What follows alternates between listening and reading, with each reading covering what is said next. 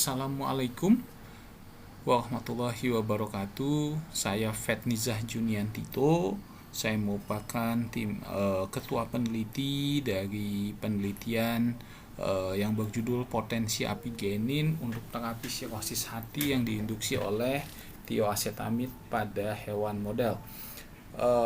Penelitian ini didanai dari skema penelitian fundamental reguler tahun 2025, dan anggota dari penelitian ini adalah Dr. Bayu Febang Pastio dari Divisi Farmasi SKHB IPB, dan kemudian Dr. Nur Rahadiani PhD SPPA subspesies DHBK dari Departemen Patologi Anatomi FKUI.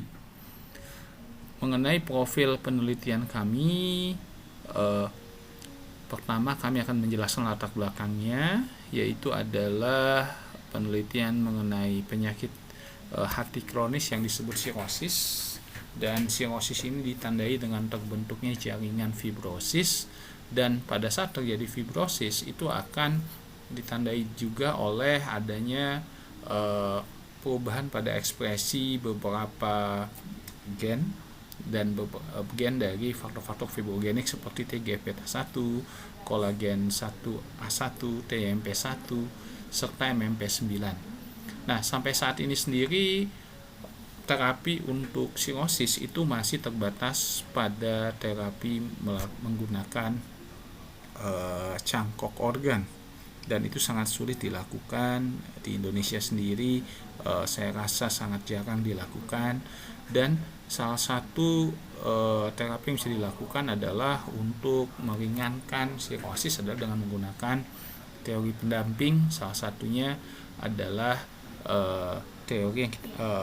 terapi yang kita sebut terapi adjuvan, misalnya dengan menggunakan beberapa bahan aktif. Salah satunya adalah bahan aktif yang mempunyai sifat antifibrotik. Salah satunya adalah yang akan kami lakukan pada penelitian ini, yaitu apigenin. Nah, kebaruan penelitian ini yaitu adalah belum adanya penelitian apigenin sebagai terapi pasca sirosis. Kebanyakan penelitian, apalagi menggunakan bahan alam, adalah untuk sebagai protektor, hepatoprotektor, mencegah terjadinya sirosis. Tetapi ketika sirosis sudah terjadi, itu belum dilakukan. Nah, ini adalah contoh sirosis karena kerusakan hati, ya, melibatkan proses yang kompleks. Di sini kita akan lihat ini hati normal, ini hati yang sirosis. Nah, ini adalah hubungan bahwa sirosis terjadi akibat adanya aktivasi dari sel di hati yang disebut hepatic stellate cell, yang dia akan berdiferensiasi atau berubah menjadi jaringan ikat, ya.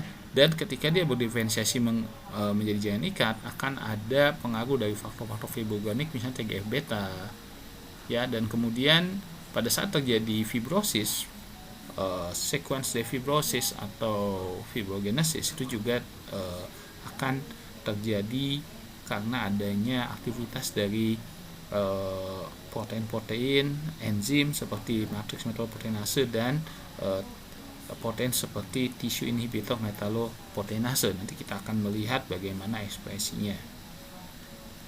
Berikutnya, ini adalah apigenin sendiri. Mekanismenya banyak. Salah satunya apigenin, mekanismenya juga bisa sebagai anti radang, antioksidan, sehingga dia sangat potensial apigenin ini untuk terapi pada sirosis. Apigenin berasal dari bahan alam, ya, salah satu yang banyak ditemukan di Indonesia seperti seledri, jeruk, dan teh hijau. Nah, ini adalah konsep penelitian kami. Jadi di sini apigenin kami coba untuk bisa menghambat, bisa mendegradasi adanya fibrosis lewat extracellular matrix. Ini metode penelitian kami. Tikus dibuat sirosis dengan TAA dan kemudian diterapi dengan apigenin selama 4 minggu.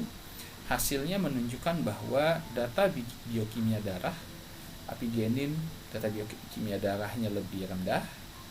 Ini juga dari data mikroskopiknya.